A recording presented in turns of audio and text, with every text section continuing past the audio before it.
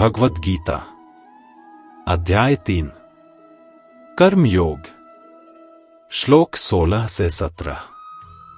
एवं प्रवर्तितम चक्रम नानुवर्तयति ह्य अघायुरिन्द्रियारामो मोघम पार्थ स जीवति यस्त्वात्मर्तिरेव स्यादात्मतृप्तश्च मानव आत्मनेव च संतुष्टस्तस्य कार्यम न विद्यते।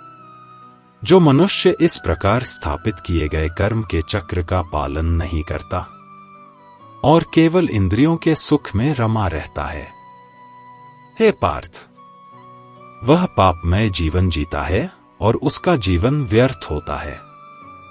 लेकिन वह मनुष्य जो केवल आत्मा में ही आनंद लेता है, आत्मा में ही संतुष्ट रहता है और आत्मा में ही तृप्त रहता है, उसके लिए कोई कर्तव्य या बाहरी कर्म शेष नहीं रहता।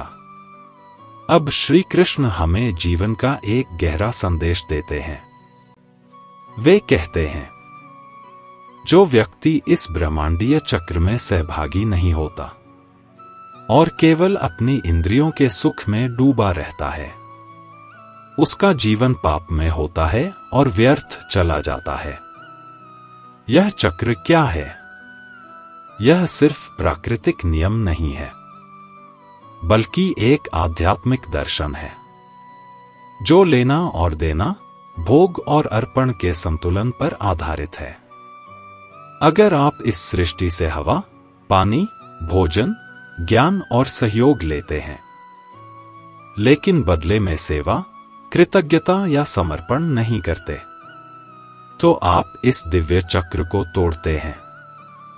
श्री कृष्ण ऐसे जीवन को कहते हैं अघायु, यानी पापपूर्ण जीवन, और मोघन जीवति, यानी व्यर्थ जिया गया जीवन। सच्चा जीवन वह नहीं जो केवल ले, बल्कि वह जो अपने कर्मों को यज्ञ रूप में अर्पित करे। और फिर श्री कृष्ण हमें एक विशेष आत्मस्थिति वाले व्यक्ति से परिचित कराते हैं, आत्मज्ञानी पुरुष।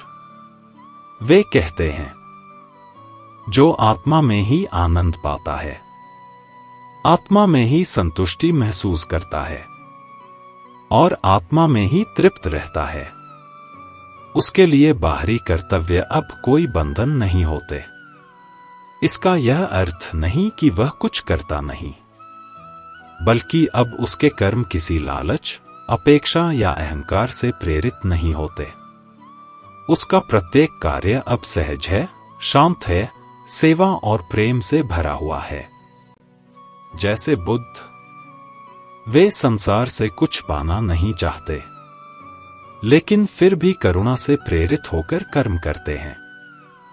उनका सुख न बाहरी प्रशंसा में है, न फल की चिंता में, बल्कि आत्मा की स्थिर, अडोल शांति में है।